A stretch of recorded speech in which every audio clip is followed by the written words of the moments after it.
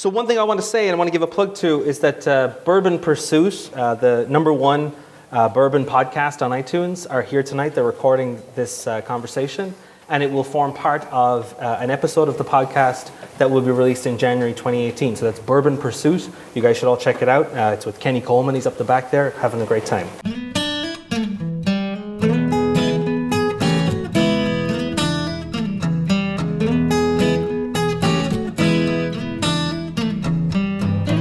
This episode of Bourbon Pursuit is made possible through listeners like you, supported through Patreon. Hey everyone, this episode is a fun mix of economics and seeking employment in the bourbon industry. I have to say thanks to the John H. Schnatter Center at the University of Louisville Business School for allowing us to come and record this podcast. And I appreciate Connor James Lennon for moderating and asking some good questions along the way. It goes without saying that if you're putting on a bourbon event in or near Louisville where you'd like to share that information with thousands of listeners, please reach out to the duo, THEDUO, at bourbonpursuit.com. The only thing we hate to see is awesome information being shared and then lost on a room of only a few people, when that can get in front of so many. So take advantage and let us record. As always, thank you to our loyal Patreon supporters. We appreciate you putting forth your monthly donation to keep this podcast afloat. Visit patreon.com/bourbonpursuit, patreon.com/bourbonpursuit to help support this show and get cool stuff.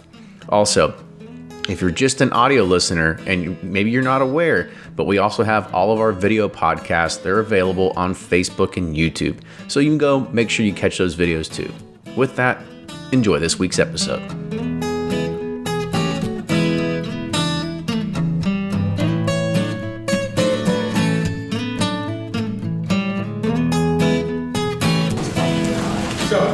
Today we are fortunate to have a panel to discuss the bourbon boom in Kentucky. The bourbon industry has a long historical roots here in Kentucky. It is a topic that both Connor Lennon and I, and Connor's the moderator of today's event, we've been doing some research on it. So Connor is in his second year as assistant professor in the economics department. And I'm going to let Connor introduce the panelists and start the program. At the end there will be questions for students to ask. And for questions, not for soliloquies or any long talking, just ask the question. Anyway, enjoy the show. Thanks, Steve. Welcome, everybody. Thanks for coming out. It turns out that bourbon is a popular topic. Who would have guessed? So one thing I want to say and I want to give a plug to is that Bourbon Pursuit, the #1 bourbon podcast on iTunes, are here tonight. They're recording this conversation. And it will form part of an episode of the podcast that will be released in January 2018. So that's Bourbon Pursuit. You guys should all check it out. It's with Kenny Coleman. He's up the back there having a great time. So as Steve Goldman just said, today's panel discussion is titled Kentucky's Bourbon Boom. And we're here today to try to understand why bourbon has made such a huge comeback in recent years. Why has it made a comeback today? Why now? How long might this boom last? How important has the boom been for Kentucky's economy? And how U of L students can make their mark in the industry. You can do it. So to help us in that task, we've got 4 outstanding panelists. Each is an expert on the bourbon industry in a unique way. Next to me, I've got Michael Veach. Mike is a U of L alum. He's got a bachelor's degree and a master's degree in history from U of L. Until recently, he was the Filson Historical Society's official bourbon historian. He is the author of Kentucky Bourbon Whiskey and American Heritage. Mike was inducted into the Kentucky Distillers Association Hall of Fame in 2006 and now spends his time as a full-time bourbon writer and consultant. Next to Mike, we've got Bill Samuels Jr. He almost needs no introduction. He has been called a maverick, a giant in the distillery business, a marketing genius, a visionary, and the best friend the Kentucky bourbon industry has ever had. Bill grew up next door to and was the godson of Jim Beam. He also worked as a chauffeur for Colonel Sanders. I don't even have time to talk about his career as a rocket scientist. True story. Bill is the chairman emeritus of Maker's Mark. He is a 3-time Kentucky Entrepreneur of the Year. He was an inaugural member of the Kentucky Distillers Association Hall of Fame. And this year he received the prestigious Parker Beam Lifetime Achievement Award. That's quite the resume. They do that for old people. Next to Bill, we've got Susan Reigler. Susan started writing about bourbon as the restaurant critic and beverage columnist for the Courier Journal, long before bourbon was actually cool. She is the author of 4 books, including Kentucky Bourbon Country, The Essential Travel Guide, and the Bourbon Tasting Notebook, which she co-authored with Michael. She currently serves as the president of the Bourbon Women Association, which this year welcomed 150 members from 17 different states for its 4th annual symposium conference. Pretty cool. Finally, last but not least, we've got Reid Mitenbuler, who is an Indianapolis native and a journalist whose work has appeared in The Atlantic, Slate, Whiskey Advocate, and many other outlets. Reid holds a master's in American Studies from Georgetown University and is the author of the critically acclaimed Bourbon Empire. Most importantly, Reid holds a degree in economics from Indiana University. Nobody's perfect, okay? I'm sorry. There we go. A warm welcome to everybody here. Thank you. So I'm gonna try to ask you questions mainly as a group, but sometimes I'll direct a specific question at just one of you. To kick off, I'd really like to help our audience, and particularly students, to appreciate the size and the scope of the recent bourbon boom. With that in mind, I'd like to ask you, all of you, your opinion on why we're experiencing this bourbon renaissance and why now. So whoever wants to take it away can. Bill. As the oldest, you do that before. I'm ill as well as being old, and he said 3 minutes, so I thought I would take some time and jot some thoughts down. Kentucky's bourbon boom, it hasn't always been a boom. Okay, it may seem that way, but it hasn't. This year we have approximately 1,600 licensed and operating distilleries all around the U.S., with another 500 to 700 licensed and scheduled to go online either next year or the year after, depending on when they can secure barrels and distilling equipment. Most of these operations began less than 4 years ago. Between 1945 and 1995, a period of 50 years, there were only 2 bourbon distillery startups in the country.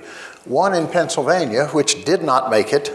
The other, Maker's Mark, created by my father in 1953 as his retirement hobby. And it has been some sort of retirement hobby. I was there when he bought the little place for $35,000 and have pretty much been hanging around ever since. Dad's simply stated goal, and he did every chance he got around anybody that would listen, he made it perfectly clear that the goal of this little hobby was to bring connoisseurship to Kentucky bourbon. He toiled on confidently without many paying attention for many, many years. But in fact, it was not until the mid-'80s when a couple of distillers helped get this concept on the radar screen. And it was Buffalo Trace, which then had another name, introduced the first single barrel bourbon. Blanton's and Jim Beam's grandson, Booker, a short time later introduced the small batch bourbon collection. It is the foresight and the actions of these 3 pioneers who re-imaged bourbon that, in my judgment, made it possible for the Kentucky spirit to share in a big way America's ongoing love affair with finely crafted and well-positioned premium spirits. As the producer of 90+% of the world's bourbon, the boom has really been felt in an economic way here in Kentucky, in jobs, capital investment, and amount of bourbon produced. Since 2000, each of those has tripled. I, for one, expect continued growth for Kentucky's financially strong bourbon producers and their stronger brands, but possibly at a slightly reduced growth rate. Exciting career opportunities abound for each and every one of you that is looking to get into an exciting industry at home. We haven't had many over the centuries. We got one now. We do face a strong challenge from each of the 11 states that have more distilleries than we do here in Kentucky. We have state laws that have encouraged startups not to think about Kentucky. And remember, these startups, we were a startup once. For 50 years, the first 50 years of our existence, we were qualified as a craft distiller. First 50 years. It's just been the last 13 that we have reached beyond the 400,000 cases. So this is a transitional thing. The more of these craft distillers we get in, the more of that investment, the more likely you'll have companies like Brown-Forman, like us, and others. So it looks good, guys. Thank you. Okay, good. Thanks for sort of putting things in context. But Well, does everyone agree? Is it the foresight of three visionaries who I gave us agree this? with him there, but I will also have to say that this bourbon boom looks bigger than it really should if you take it into context that in the 40s and 50s, I mean, we're just now catching up to the production levels where we were in the 40s and 50s. But the margins are 10 times higher. But the margins are 10 times higher. So, That's important. yeah, that is important. It's one of those economic Right. bits that they're going to look But, at. you know, Kentucky had a booming industry up through the 50s, and then, you know, one of the mistakes in my book that Bill pointed out to me is I kind of said that the 50s were a golden age of bourbon because there were a lot of brands out there and everybody could get what they wanted, but it wasn't a golden age for the actual producers because companies like Shinley had overproduced and they kept the price artificially low and ran a lot of small distilleries out of business by doing so. And it kind of started the downfall and the decrease. And, you know, you had 2 decades basically of decreasing sales that makes this present boom look so much bigger than it would be if we'd have had straight sales all along.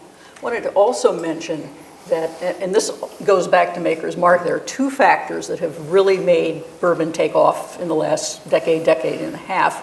One of those is the positioning that Makers did, and this is back to your wonderful Doe Anderson agency of, I remember the tagline from the 80s, it tastes expensive and is.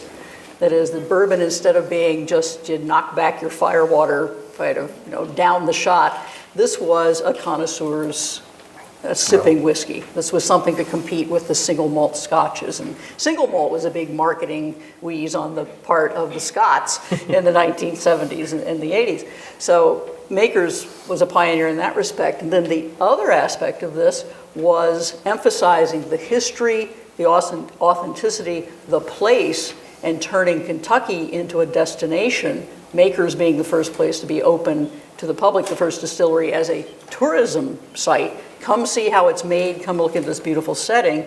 And the other distillers all followed with that, and now we've had over 1 million people last year visiting the major Kentucky distilleries. Susan, let me tell everybody why we started. It didn't have anything to do with we had all these people wanting to come see us.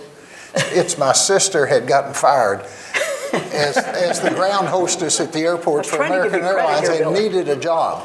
And all she could do was talk. And she did a great job. So it's a family tradition. Yeah, it worked out well. You know, I would add one thing to Susan. You know, when we're looking for reasons for this bourbon renaissance, which what I kind of like to call it in a way, because it used to be this huge industry and we see it crater for several decades at the end of the 20th century.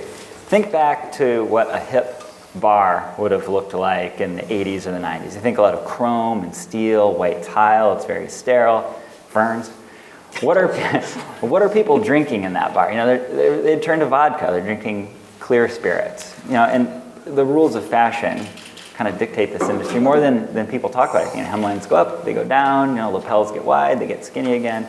And you had a generation of Americans that had turned away from this drink that a lot of Americans had historically drank a lot of.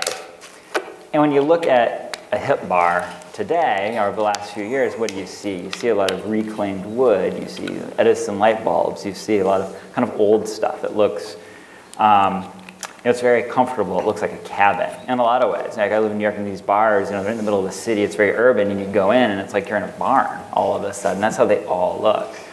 And I think bourbon, the history of it and heritage of it, it goes back to the past. There's a lot of nostalgia involved.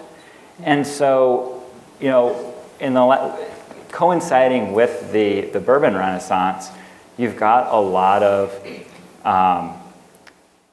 forces that have kind of disturbed the fabric, kind of politically, economically, culturally. You know, a lot of people are going online, and people are staring at tiny screens instead of, you know, talking to each other face to face and this kind of stuff. And when you look at bourbon, it's a product that harkens back to the past, and there's something very comfortable about it. And so I think people have turned to it in a lot of ways too. It's kind of, it's a comforting thing. It's an old thing, and it's kind of settling things down a little bit. It's relaxing. And I think that is part of it. You know, that's why people have kind of latched back on. They'd forgotten about it for a while. We went off to vodka and all the crazy fern bars, and now we're back. I think that's part of the Renaissance too. Yeah, I wish we had Part some of the bourbon. reason. Yeah, I know. Yeah. So let me add a little bit to Bill's comments on sort of what's going on in the industry. I've got some notes here. The Kentucky Distillers Association reported just recently that over $1.2 billion of investment is underway just in Kentucky. Just last week, Stoli Vodka, I won't even try and pronounce the full name, Stoli Vodka announced plans for a $150 million state-of-the-art distillery and visitor experience in Bardstown centered around the Kentucky Owl brand. This will be the third new distillery in Bardstown alone in the last 3 years, after the construction of Bardstown Bourbon Company, which just announced a second expansion plan, and Lux Row, which is still under construction. In Louisville, Brown-Forman will soon, hopefully, get to cut the ribbon on their $50 million Old Forester distillery on Whiskey Row. They will be joined shortly afterwards by Michter's. In addition, Heaven Hill just announced a $25 million investment at its Bernheim distillery in West Louisville. And these investments follow the openings of Peerless Distilling, Angel's Envy, Rabbit Hole, and Copper and Kings in recent years. In what ways do you guys see these investments as important for Kentucky and its economy in terms of jobs, tourism, or economic growth and development? And why are we seeing these things now? Well, I think a lot of it has to do with the fact that Kentucky is really being rebranded as kind of the Napa Valley of bourbon. And you need to have these smaller distilleries. Like Bill said, every distillery was a startup at one point. And we need to have these startup distilleries come in here and build to help have things for people to see when they come in. You know, if we're going to be the Napa Valley, we need to have the distilleries for people to see. And I think we're seeing more and more of it happening. You're seeing, you know, distilleries have returned to Lexington, you know, something that they were out of Lexington for, 70 years or so. We also need the hotels, the restaurants, and the other attractions that people are going to want to have when they come here, because they're not just going to be drinking bourbon all day for 7 days. Right. I mean, some of them might, but still, you know, if you're having that complete tourism experience, there also have to be the other attractions. And I think some of the other attractions, like the horse park and our museums, and just basically being out in the beautiful countryside, is another part of that experience. But there are going to be opportunities if Bardstown wants to boom with tourism. They're going to need to build some more infrastructure for that. Much of the experience is now being driven by the legacy distilleries. Yes. And all the other stuff's nice. It's just hard for communities to figure it out until somebody shows them how to do it. Mm-hmm. And I'll just take our place. My son, who's running the place now, is absolutely committed that we will have the first Michelin star restaurant in the state of Kentucky. Love it. He's got the resources to do it. He's in the process of doing feasibility for a $14 million inn at the distillery. We currently have Dale Chihuly's exhibit, the first time Chihuly's ever had an exhibit in the state of Kentucky. And we bring in chefs and multiply that by 10. And you've got a lot of content for people from out of state. But the other thing you've got is you've got a lot of job opportunities that aren't just hooked to making whiskey. It's a true story. Connected to this, Reid, one of the big sort of themes in your book is sort of the marketing strategies of both old and new bourbon brands. But some of these brands that I just talked about, the investments, they're potentially using this sort of cynical method of bringing back old, dead, names from sort of the past. Do you see this as sort of a clever marketing ploy, or just a cynical sort of marketing ploy? I don't think it's cynical at all. I mean, so you've got these brands, storied, old, historic brands. Pepper would be a perfect example. We were just talking about Lexington, that were very big in their day, and then the industry contracted. And a lot of them just were shuttered. Either they were bought up by other companies that shut them down, or the market, people just weren't buying this product. These are very good brands. People really liked them. I know the gentleman who's actually resurrected that brand, James Pepper, and it really comes from, this is a cool brand. There was a lot here. It's more like resurrecting an old legacy. And a lot of these companies are pretty honest about that. They're like, look, this was the thing that was just a copyright after a while. It was just a trademark that was sitting in a drawer. We bought it, and we're bringing it back. And they're presenting it that way. And in a lot of cases, like, look, there's been a gap. What we put in the bottle now is totally different. But so, and I can see why people sometimes get cynical. Well, it's like, it's not really, you don't actually have the legacy. Legacy is very important in this industry. You find like these companies talking of the heritage, and it goes back to my however many great-grandfather, and a lot of people kind of bristle when they don't see it as an actual continued line of succession. But for the most part, it's a good thing, and it's kind of nice to see a once storied brand that went away kind of brought back and restored. You see it like seeing an old friend again. Yeah, and it's like they've got these beautiful labels. If you look at bourbon labels from the 1800s, it's some of the most beautiful marketing of any product. Look at old labels. It's amazing. So it's nice to see classical labels. Even the earliest labels that I've seen, the Filson has a scrapbook from the 1850s of labels from a lithograph company, and there's bourbon and rye and other types of spirits labels in there, and they're a work of art. Yeah. So, as a mere consumer of bourbon myself, these investments to me and to consumers generally seem to be welcome. The increased demand for bourbon has, for me, led to difficulties in finding my favorite brands on the shelves. Given that we're in the middle of sort of fall release season, let's pivot a little bit to the effect that the boom has had on sort of the availability of products, and particularly, seeing as it's maybe not something you want to talk about, but something that everybody else wants to talk about. Let's think about the boutique brands from, say, the big distillers, right? So in particular, let's ask Susan. Susan, as head of sort of the Bourbon Women Association, how have, say, the members of the Bourbon Women Association coped with the surging popularity and lack of availability of their favorite products? Probably like everybody else who's a bourbon lover. You don't have any secret tricks? There are no secret tricks. Well, there is a trick. It's not secret. What you do is you cultivate a deep and personal relationship with your local liquor store is what you do. Become a regular. Do not feel you can go online or send out an Instagram message and say, "Hey, do you have any antique collection releases that I can just stop by and pick up?" No, become a regular in your local neighborhood retailer shop. Know that they know that you are an appreciator of bourbon, and it's amazing. You may stumble onto, I've heard many of these stories, that somebody walks in their store and the owner knows them, the proprietor knows them, and says, "Oh, I had a customer who didn't pick up his bottle of," believe it or not, this happens, "his bottle of 23-year-old you-know-what. Would you like to have it because you're one of our regulars?" And then they say, "Oh, yes, of course." That's the thing. If you are in with the person where, if you regularly shop in a place, they know your name, they know your face, they know you're serious, then you're going to find some of these rare things. I actually managed, this is going to sound like I spend all of my time trolling in liquor stores, but a fair amount, but I'm a professional. It's okay. But somehow I just managed to get, do you have the Old Forester birthday bourbon yet this year? "Oh, no, I don't. Someone didn't pick it up." "Oh, fine, I'll take it." And, that happens. So it's a sort of mindfulness and being in the right place at the right time. I also had a great tip from my friend Mike Veach about some bourbon I was looking for. He said, yeah, this is up in a little liquor store up 10th Street in Jeffersonville. And I walked in and whoo, 5 bottles, boom, it was great. Can't find it at all in Louisville. I'm not telling you where or what it was. You know, the industry probably hates me for what I do, because when people start looking for these boutique things, I tell them, why bother?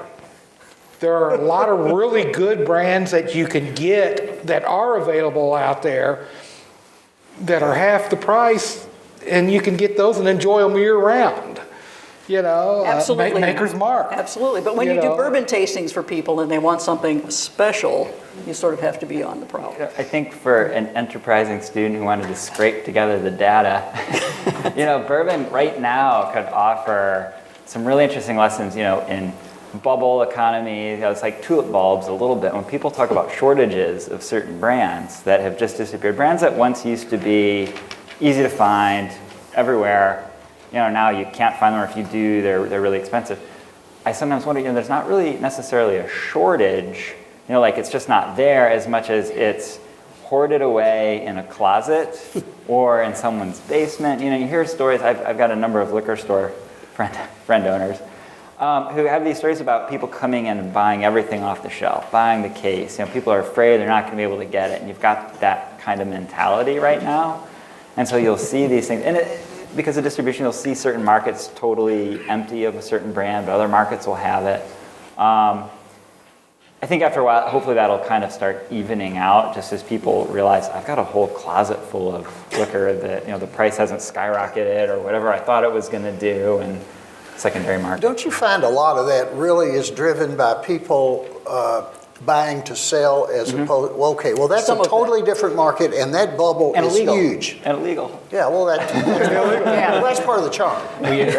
Please note that Reid Mitenbuler is not a lawyer, it's not legal advice. But, you know, it's like Rosemary was calling it the other day, it's the Beanie Baby syndrome. Right.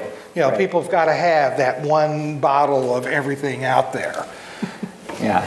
It seems for Susan that Pappy Van Winkle has become the he who shall not be named kind of. Well, no, not necessarily. You know? And that's actually, I would completely agree with Mike in that there are a lot of bourbons that are very, very good. That you look at what the distillers make, and they're basically using the same mash bill and for a variety of brands. Some of them, they age longer.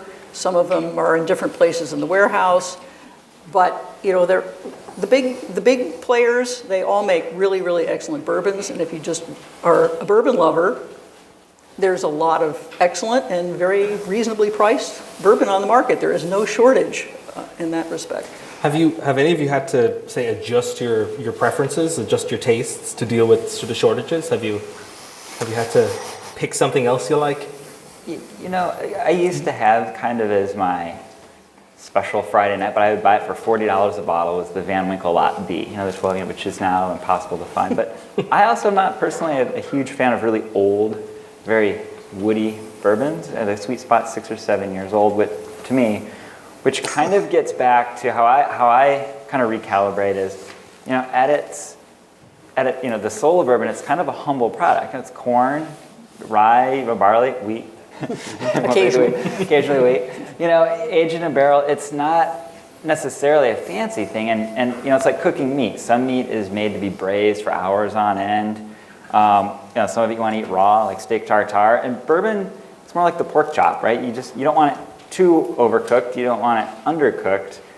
You know, 6, 7, 8 years old. That's not an inherently complicated product. You know? So when you see this fetishization or everything's getting very complicated, the way people, you know, kind of go after these unicorn brands, I always kind of think, well, it's, you know, I'm not trying to glorify tacos or peanut butter and jelly sandwich. You know, it's kind of it's a standard. So some of these standard kind of old classic brands that aren't that expensive really do hit a sweet spot, I think. So I think of it that way. There's a few of us that actually make bourbon, which is different from marketing bourbon, that are well aware that people generally, if not influenced overly by the marketers, enjoy stuff that tastes good. And old whiskey doesn't taste good unless you filter it to death. Interesting. Okay. So I'm going to pivot again a little bit. He's an Irishman. Yeah. Sure am. So, I know very little about bourbon, but I'm learning. So I wanted to talk a little bit about the protections that bourbon receives, particularly within the United States and outside the United States. So, how important to this boom has been the sort of international markets, the surging popularity of bourbon in other countries, and how important is the protection, the designated product protection that it received in 1964? How important is that to the product and to the industry? Boy, if you take this as an American product, and it's a signature American product, just as you have champagne out of France, Yep. right? Then there's a lot of identity that goes with that. And we're not just exporting whiskey, exporting, something that's very strongly identified as American. And I remember when I was a graduate student in England 40 years ago, and I remember going to a little gathering with a Canadian friend of mine, and some Brit came up to us and said, she said, well, my Canadian friend said, I'm from Toronto. And I said, well, I'm from Kentucky. He said, oh, America, that's so much more romantic than Canada. And I thought, oh, that's interesting. Hadn't really thought of it that way before. But there is that certain sort of romance when you talk about Kentucky and bourbon and horses and the frontier, sort of all of that stuff. And then you sort of look at where the bourbon industry and the American whiskey industry, where a lot of their growth comes from. And when you think about, I think one statistic I happen to know is that 65% of Jack Daniels is sold overseas. That's a huge market, which in Jack Daniels, of course, is owned by Louisville-based Brown-Forman, that the companies look to export. In Vietnam, which has been a huge growth industry for American whiskey, they have a 45% import tax on whiskey. Under the Trans-Pacific Trade Agreement, that was going to eventually be phased out. But the United States has not signed on to the TTP. And so what's that going to do with projected growth for exports in a market that was, I think, 175% growth between 2015 and 2016, one country alone in Asia? So you sort of have to think, a big player for us as in American whiskey companies and people who are supporters of that, is that you have to grow your markets, and the markets are going to be global. And you know this very, very well, and so we have to look at the ramifications of that. And then, jobs, if you're not growing, now we have some growth going on right now, as we've just talked about, and $1.5 billion in investments in the next few years. But where is that going to go? I just want to bring up, when I was a reporter at the Courier Journal, we were having big meetings in the, right around 2000. It was really exciting. Gannett was spending, forgot how many millions of dollars, on a brand new state-of-the-art color printing press. What are we going to do with all this great full-color newspaper we're going to have, right? This was, within 18 months of this thing called the internet, completely changed journalism. But Gannett was putting millions of dollars into state-of-the-art color printing presses. So there's a little cautionary note about one of the ways to think about the opportunity really for each of y'all as opposed to us is bourbon is now positioned well enough to take on Scotch globally. And see, that's what I meant by bringing connoisseurship to bourbon. It had to happen before we had a chance to become internationally successful as a group at the upper level. We represent 10% of the Scotch business. The opportunity is incredible because we're more attractive to young professionals. We have the positioning right. We got to get the duties under control. Maybe Trump's a great negotiator, but I can promise you that 10 presidents before him weren't. And we were put at horrible disadvantages to going into these countries and getting any kind of tariff equality. Yeah, so that's actually a nice sort of connection to my follow-up question. The question I've put here is could politics derail this boom? And in particular, I'm talking about some of the commentary that Susan gave to the Guardian newspaper in England when European authorities this summer threatened punitive tariffs on bourbon. And some of the commentary online that I saw seems to think that bourbon was singled out specifically because of its importance to Kentucky's Mitch McConnell. That they were trying to hit him where it hurts, right? Yeah, and obviously it's still a very tiny part of American exports, in the bigger picture. But I think the great example, and Fred Minnick had an article about this in the New York Times last summer, is when Americans wanted to put leverage on European trade, they targeted the Roquefort cheese industry. Well, that's a tiny little portion of exports there, but it very much affects a population of farmers, very local people whose entire livelihood depends upon that. So again, you might look at, bourbon or Tennessee whiskey as a small portion of American exports, but it's a big portion of the economy of small places like Kentucky. And that makes when if you want to try and hit the leader of a particular political party, and sort of undermine his voter base, you attack the product that they make, right? It's huge leverage, that you'd have internationally. Also, there was a story that I'd heard at Heaven Hill. Bill was talking about Scotch, and when you think of the Scotch industry kind of riding on the back of the British Empire as they're going all over the world, when you're in a bar internationally and you order a whiskey, historically that's always been Scotch. And Americans had always made a lot of whiskey, but they'd also consumed a lot, hadn't exported that much. And folks at Heaven Hill, mentioned to me, they're like, we can handle this increase in U.S. demand, but if one person in every bar internationally, just for the night, decided to order an American whiskey specifically, not a Scotch, every rack house in Kentucky would just, and that international market is just like this huge kind of like surging, and it's like a sponge. We got a chance to compete now. For years, Mike was talking about all the bourbon we sold in the 70s. I promise you, the bourbon customer in the 70s didn't look a thing like y'all. Okay.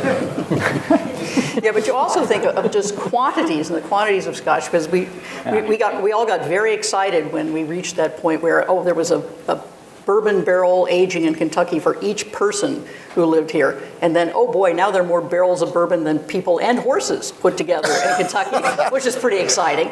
But there are 8 barrels of Scotch for every Scot. Okay, so we still have a little ways to go in the production line there.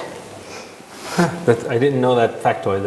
I wonder what the statistic is for Irish whiskey, for Irish people.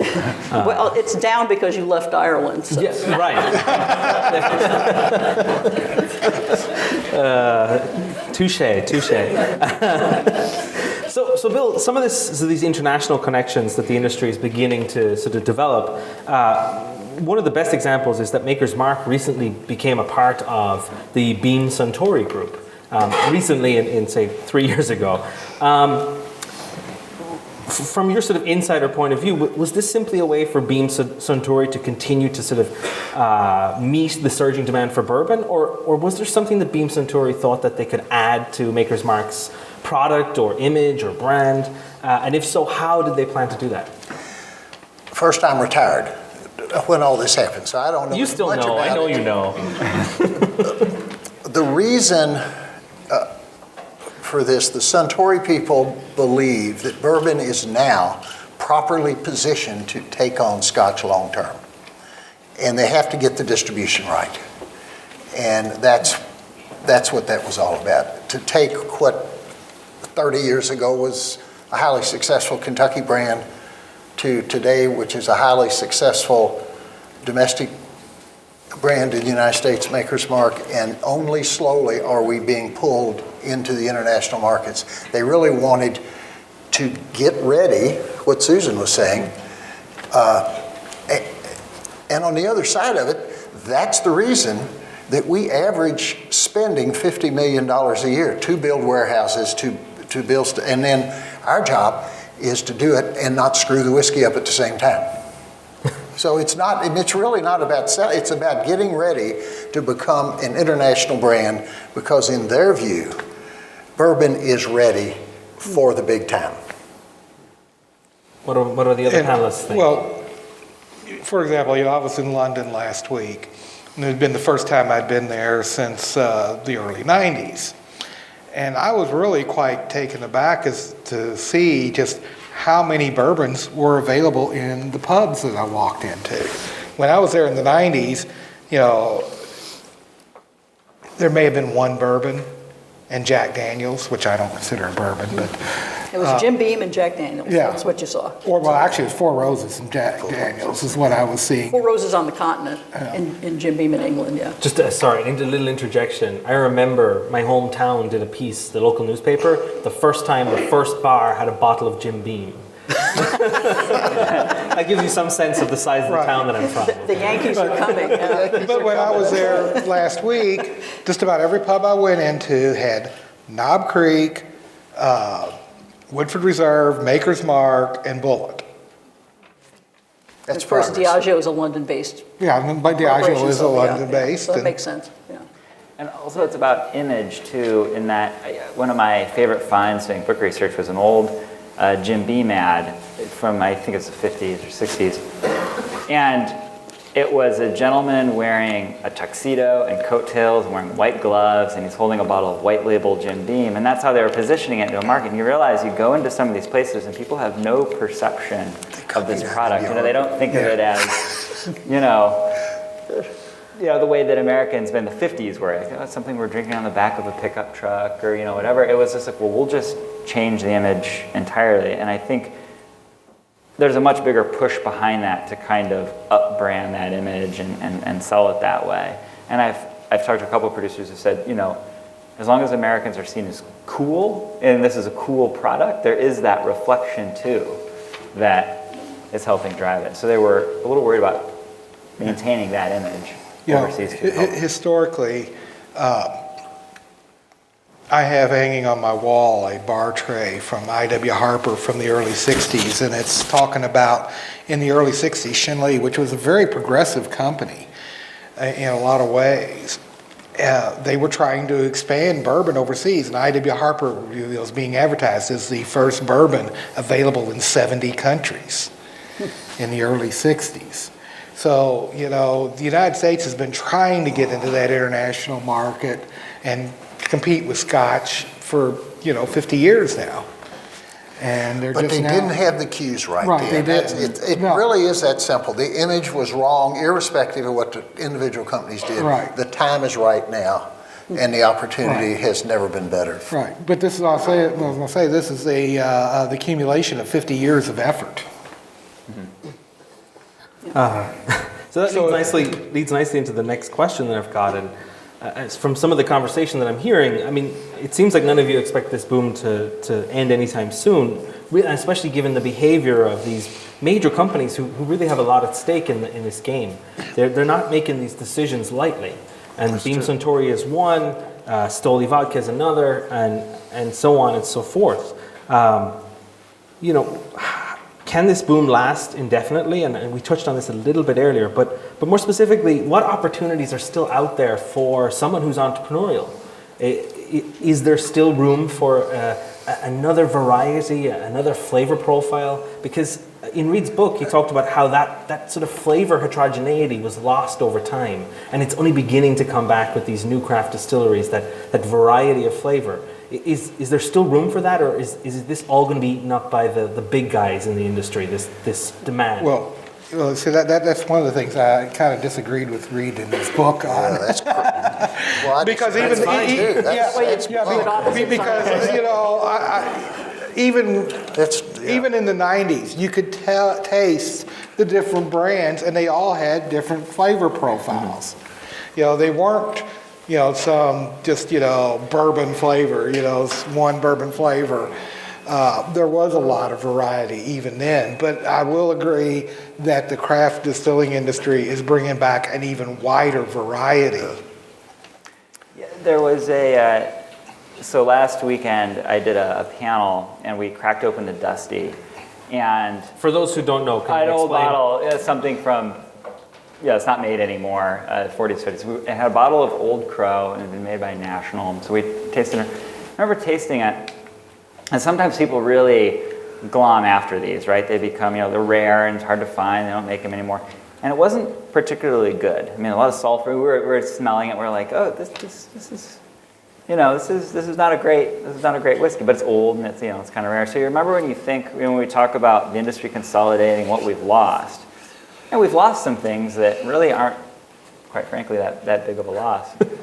But when you look at all these new players coming back online and just looking at kinds of flavor profiles that might have been lost as an industry consolidated, because there's this subtext of the history of the industry going down to just a few companies that made a huge portion of the liquid.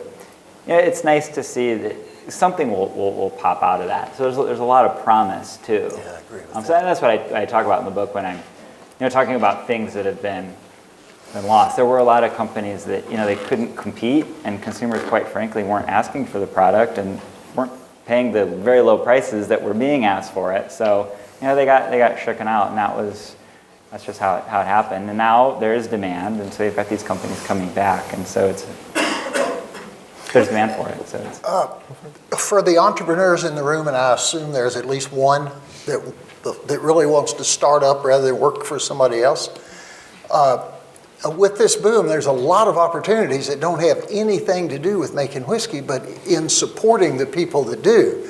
And my son's got a friend of his that decided an opportunity would be to get into the used barrel business. And I don't know the specifics of it other than he had to find a source and then he had to find customers and all. And in 5 years, he's made a fortune. And there's opportunities like that all around. And they are almost all in Kentucky because the concentration of this is here. So think about that as you're... There's also opportunities, I think, in education. As more people want to Absolutely. make it, and then a lot of people want to learn about it. There's an outfit here, Moonshine University. Yes, indeed. And they're fabulous. And there was this packet that they have where you can smell different chemicals that are considered flaws, but it's a way you can learn about these products if you're making it yourself or if you're just tasting through bottles. And I learned a tremendous amount, and it was this new company. It kind of sprung up, and there's that end of the educational aspect, and then just a lot of consumers who are, quite frankly, a little bewildered. I mean, it's hard to know all the different brands and what they make and where the labels lead. So there's a big demand for that, a big appetite, and people are willing to pay a lot of money. Well, and talk about marketing. One of the things that really struck me in all of this is, if you're going to continue the demand, you're going to continue making bourbon an appealing product for people, do not underestimate the power of marketing. And Brown-Forman last year spent 17% of its profits plowed back into their marketing. Now that tells you they're serious about keeping this demand moving along, to keep making bourbon attractive, to say this is why you want to drink our product. And I'm sure it's comparable with the other distilleries. They pay big attention to that. When we started with the agency we've got now, we paid them $1 a case. We were selling 100,000 cases. And today, they have 40 people working on our account. Back then, 2. So Beam Suntory may have more than 17% of their profits going. Was a large portion of that 17% spent on the Kingsman movie, Brown-Forman? I don't know about that. It wasn't broken down for me. Nobody's going to do a Halle Berry up here and drink a pint of whiskey while we're standing? I talked about the Kingsman movie, and this is another good example of international markets. So in South Korea, the Kingsman movie, I think, was the #1 biggest box office opening South Korea had ever seen. So if you're looking to get into the South Korean market and you're looking to, create a product that is going to be bundled alongside this movie, that's a huge opportunity for them. It's thinking, I think, very smart about. For those who don't know, the movie was brought out with an Old Forester Brown-Forman product expression called Statesman, which was tied into the movie, which is called Kingsman. And tied into its plot and everything. So if you see the movie, movie, you're going to see this brand. And if South Korea really likes this movie, and everyone in South Korea is going to go see it, and then they see this brand, and this is a market they're trying to break into, I thought it was pretty pretty brilliant. Agree.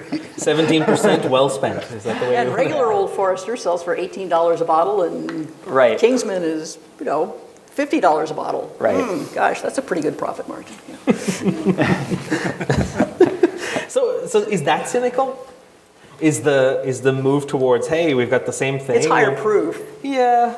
It seems still cynical, right? Is capitalism Trying to get you to- cynical?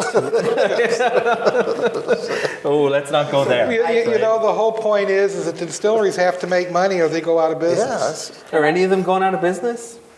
In the past, yes. They sure did the in the moment, past, Yeah.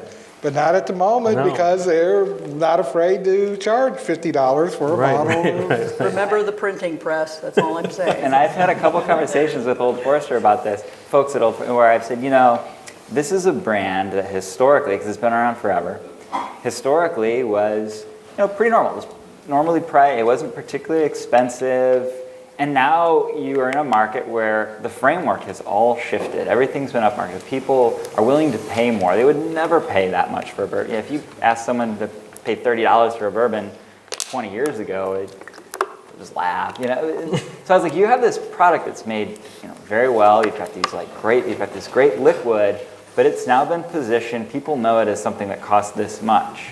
How do you break out of that? People are willing to pay, and you've got a liquid that is of that quality of other brands being sold for that much. And so you're seeing them break out the brand, and with the 1920 and the Prohibition and some of these breakouts. I mean, I wouldn't call it cynical. They're a company that wants to make money selling a product. And they still have very affordable lines of that brand. So, and their product extensions are also, I think, worth it. I mean, the 1920s, it's really good. I mean, you pay a little more and you get something that's a little better. Sure. So other than sort of the obvious sort of threats from the things that we don't know, what threats can you see to the industry? What are the threats? What's the thing that keeps you awake at night saying, tomorrow there might be no bourbon? That's not the problem. The problem I have, and I'm a Kentuckian, so that's where we start, is that right now, Kentucky bourbon is one word. Okay? 1,600 startups in the last 4 years. Yeah. 50 of them are in Kentucky. Every one of them trying to create the next Woodford or Makers. The odds, just statistically, that we will lose that monopoly concerns me as a Kentuckian, not so much as a principal in Maker's Mark. But I mean, we've got something we've never had before in this state. We've got a signature industry that every state in the country would die to have, and we have regulations and laws that were designed by the Baptist and the Women's Christian Temperance Union to hold us down. And it's been a slow trek to get them changed. And I don't want to get into the taxation issue, but we are taxed.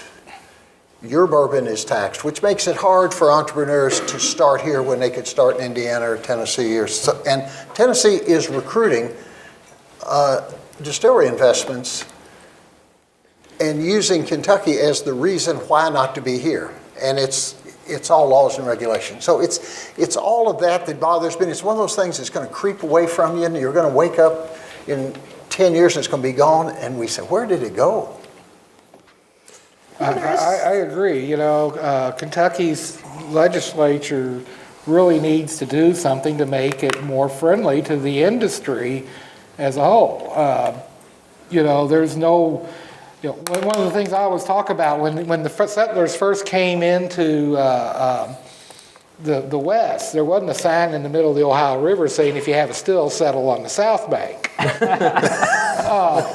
You can make good bourbon just across the river in Ohio or Indiana or Illinois.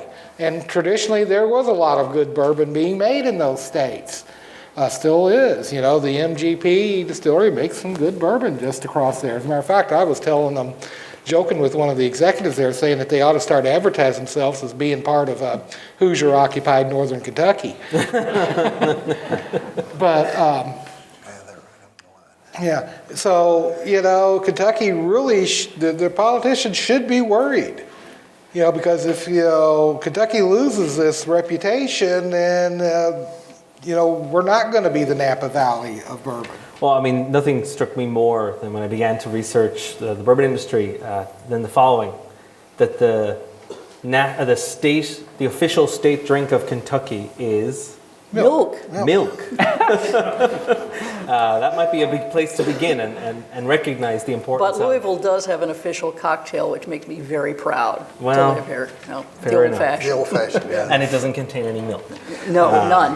which is good. Because I'm lactose intolerant, I can't go there. You mentioned Napa Valley. Last year, revenue directly from wine tourism, $2.4 billion, one county in California. 360 wineries in one county. And that county government protects those 360 wineries from Sacramento, the state government. I mean, it's a big part of their livelihood up there, and their livelihood, they live a pretty good life, everybody in the county, because of that wine tourism. And the Bourbon Trail, it won't be exactly like Sonoma or Napa, but it has the chance, since we all get along so well, and since we're all so dedicated to make it the best experience in the whiskey industry, it has a chance to compete at that level as far as bringing tourists and butts to beds and revenue to the state of Kentucky. And you don't have to build these people's schools, because 90% of our visitors are from out of state.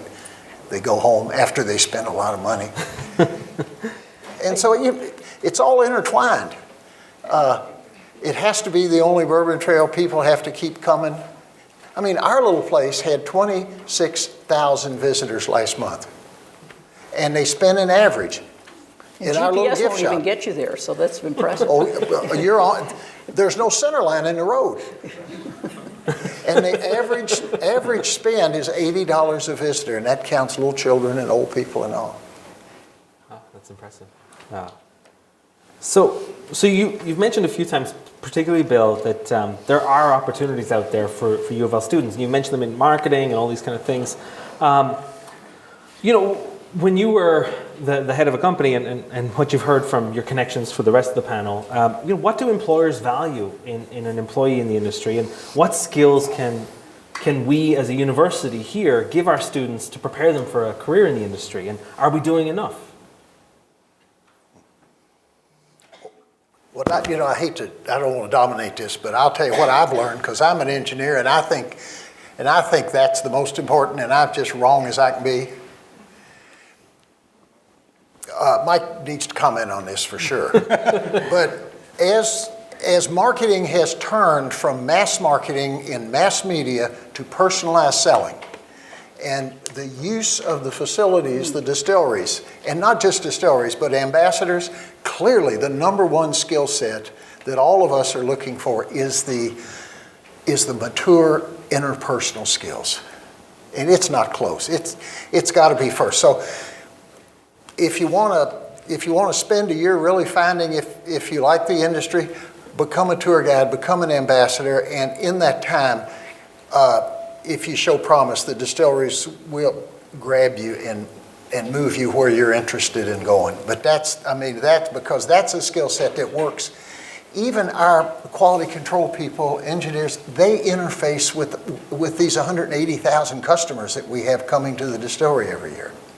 You got to be able to do it. It's a people business. It is a people business. They're all people businesses. Well, we got that from y'all in Ireland, you know that. Mike, what do you think? Did U of L prepare you for a career as a bourbon historian? Yes. Well, That's called a qualified response. Well, I like to tell people at the time, I was the luckiest student to come out of the University of Louisville's history department because I was actually working on a degree in medieval history with a secondary field in public history, studying under Dr. Brockwell and Carrie Spears in the history department and Bill Morrison at the archives. And Nick Morgan from what was then United Distillers, now Diageo, called and said that they were going to put together an archive out at the old Fitzgerald Distillery. And it would be, 6 weeks during the summer, 35 hours a week and $9 an hour. And I didn't have classes that summer, and I said, sure, I'll do that. And, and it turned into a full-time job. Up until then, United Distillers decided to sell all their bourbon brands and close the archives. No one ever said that Diageo was the smartest company in the world. So it seems like you succeeded in spite of your choice right. of medieval and public history. Well, but the education I got here at UVL definitely served me well. Are you free to teach a class next semester? It's good. Susan and Mike both came to visit my classes this semester, and Reid is visiting tomorrow. So Excellent. thanks to everybody who came to my class this Just semester. a little word on education. Sure. Is that a good education fits you for nothing and prepares you for everything. So don't feel like you have to be narrowed into some small. I have degrees in zoology and music, and it served me well as a journalist and as a bourbon expert. I could tell you why, but it would take a very long time. Yeah. So thankfully, I get to continue this conversation over dinner tonight with our panelists. What bourbon will you order tonight? And what bourbon should I order tonight? Assuming they've run out of Maker's Mark. I was going to say, is Bill coming with us tonight? Bill is coming with us tonight, I hope. And before you all ask, you're not all invited. I've been prejudiced. Mike, what are you going to order? And what should I order?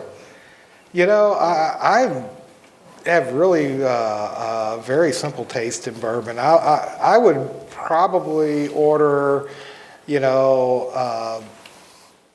I like the 6-year-old Heaven Hill Bottled and Bond. Huh? I like the Old Forester Signature. I'd probably order one of those, tell you to order the other. If my grandfather was here, he would say, God bless your thrift. That's what he would say. Hey, but I guarantee you wouldn't be disappointed with either one of them. No, there you go. So what do I got to order? Which of those? Like I said, whichever one I don't order, I'd tell you to All order right, the other. you can share? Okay. Yeah. Bill, if you were forced to drink someone else's bourbon? I drink a lot of milk. No, I like it all. I said you were a friend of the bourbon industry. I'll bet you I've got more bottles of everybody's whiskey at my house than everybody ever put together. Because I host all the political events we do, so I gotta have them. Keep everybody sweet. Yeah, that was the thing growing up in Louisville. It depended which bourbon you put out is who was coming to dinner. Coming, that's right. Yeah, absolutely. Well, it's like the old joke about the politician that would come into the Panelist Club, and he would walk in and walk up to the bartender and say, "Give me the usual." And the bartender would look around and see which distiller was in the in there, and he would pour that shot. Well, one day he walks in there and says, "Give me the usual," and the bartender pours him a gin and tonic, and before he could complain anything, he pulls the guy over and says, "They're all here." Smart bartender, baby. So Bill's going to give us a diplomatic answer, right? Is that the? No, I thought Mike was going to give it. He raved. He was over in England, and he raved about these bourbon lovers wanting to come to Kentucky to do their own private select. John Veronese had his. He has a. They did a barrel. Yeah. So that would be a good choice. Maker's 46. Yeah, he did it. I didn't do it. Yeah. Okay. You heard it from the horse's mouth, right? There you go. Susan, what about you? I may take the diplomatic way out and have a martini, actually. Huh. No, just kidding. Just kidding. No, I Can think someone cut her payment? I think the private selection is a great idea. In fact, I would say that's a wonderful choice. Anytime you go in a restaurant or a bar and you see that they have a private barrel selection, that they've gone to the distillery, you're going to get something absolutely unique. And so I often look for that. So if we let's have look a at the private menu. barrel tonight, that would be a great They thing do. to get. Okay, all right. And Reid, last but not least. Hardest question. It shouldn't be the hardest question. Yeah, you get asked this question, and people sometimes look at you get written a book or whatever, and you're like, they expect some secret to be unlocked, like going to a mountaintop and there's some wise and old, and he'll say something, and I always feel like I'm just terribly disappointing to everyone. And even when they come to my house and they see just a lot of pretty normal easy to find brand. Like Mike, my taste is pretty. It's pretty. That's what the bourbons that kind of got me into bourbon were the old granddads and Four Roses small batch, not even single barrel. I was like, I kind of like the cheaper one better. It's like, so it'll be something that is right down the middle. Four Roses Yellow Label's the best 80 proof product out there. Right, exactly. And like that's the thing that I like about, when you look at bourbon as a very distinctive American product, kind of a symbol of America, what is also kind of great about it is that you can get really great value out of it. And you can get a lot of like really, really special products easily, distributed well, and for not a lot of money. So there's kind of an ideal there that I think is kind of nice too. So you're kind of saying I should just order Jameson's and be done with it? Oh, I did not. So look, with that, I think we can wrap up this conversation. I want to turn to our audience for questions. And I want to reiterate that the Schnatter Center is the sponsor of this event, and it's focused on encouraging entrepreneurship and the ideas of free enterprise for our students. So I really want to invite only students to ask questions. And there's microphones set up here for anyone who wants to ask our panelists a question, and we'll have a few minutes for that. So give people time to shuffle out. Any questions? Can I have a job? Yeah. Is there someone at the mic? Yeah. Sorry, I missed you. Can you introduce yourself? Yeah, my name is Nick Walker. I was wondering, I know a lot of people, some people do home distilling, and I know that is kind of illegal. So, like, what? It's very illegal, actually. What kind of illegal? what kind of It's like being a little dead, So, like, what kind of permit or there's nothing like that you can do for? So, what steps do you take to start your own? You buy all the licenses and the permits. Okay. Yeah, it's not an easy thing to do. It's a highly regulated industry. There's a lot of permits and things to go through. But there's a good reason for that too, because if you don't know what you're doing, you can kill yourself or somebody else with it. Not only into a still exploding, but you can make if you look during Prohibition, a lot of people were doing a lot of home distilling. A lot of people were also going blind or dying from drinking bad alcohol because they didn't know how to make the cuts right. I'll tell you that my day job until recently, I was a biology professor, entomologist. One of the fractions that comes off the still is a chemical called ethyl acetate. It's what I used in my insect traps to kill bugs. Okay? So if you leave it in there by mistake, it's bad. And there was an incident, I know, in Kentucky earlier this year with an explosion where someone died. So it's definitely something to be very, very careful So don't do it. Yeah, just don't do it. Make your beer at home brewing. Yeah. If you're going to distill at home, go to Moonshine University and learn how to do it right. Yeah. Okay. Have we got another question? Yes. Sure. Hey, my name's Robert Johnstone. First off, thanks for coming and doing this for us tonight. It's pretty interesting hearing your perspective on it. My question is looking out there, Reid, I see your book. It's definitely something I'm going to pick up and read. Is there any other literature that you are, any of you guys suggest looking My into? 4 books that are sitting out there. There's more books. I was going to cover you on that. Thank you, Bill. I quickly made my way to the door. He had the best placement. Mike Veach's book. My friend Fred Minnick Unfortunately, has I'm a not couple going to books. I'm not going to be out there signing books because I've got tickets to John Cleese at 7 o'clock. All right. I'll sign them for you. We want to see your silly walk as you go out. There's a lot of Fred Minnick's books are great. My friend Clay Reisen's books are great for a guide. There are a lot of books out there. Anything particular other than just bourbon history or? History, and I guess just insider tips for trying to, make your name in bourbon. You can read my blog, In the blog, there's a lot bourbonbeach.com. of good What's the blogs. blog called? Just Google bourbon books and you will get a really good. You can also listen to the Bourbon Pursuit podcast. Exactly. Okay. Exactly. And once again, thank you. Thank you. Have we any more questions? One more? Okay. All right, we'll take one more. Last question. My name's Kat Hobleib. I just want to ask, with the use of computerized technology becoming more and more common in distilleries today, do you think that it is cheating the system to your more traditional historical way of producing bourbon? No. So I would put it this way. If a heart surgeon were to use a computer to do his job better or her job better, no one would have a problem with that. You know, it's a tool that can be used to Or abused. be more specific. So anything you can use to make the product good or more interesting. Right, you still got to fair know game. what to do. You know, the computer is only as good as what you put into it. You know, so you still have to know your stuff in order to use those tools right. And you may have mass spectrometers in the lab saying, here's a profile of what's in this whiskey, but you also have the tasting panel of human palates who are guaranteeing the quality of what's coming out. It's certainly not romantic, and no one that advertises their computers. You know, that's a whole different thing. But it's a tool, not a shortcut, right? So it absolutely, it's a benefit. All right, so now Thank you. we're now competing with the pizza at the back of the room. no. Please, everybody, go get a slice, and a big round of applause for our guests. Thank you so much. Bill, great to be with you.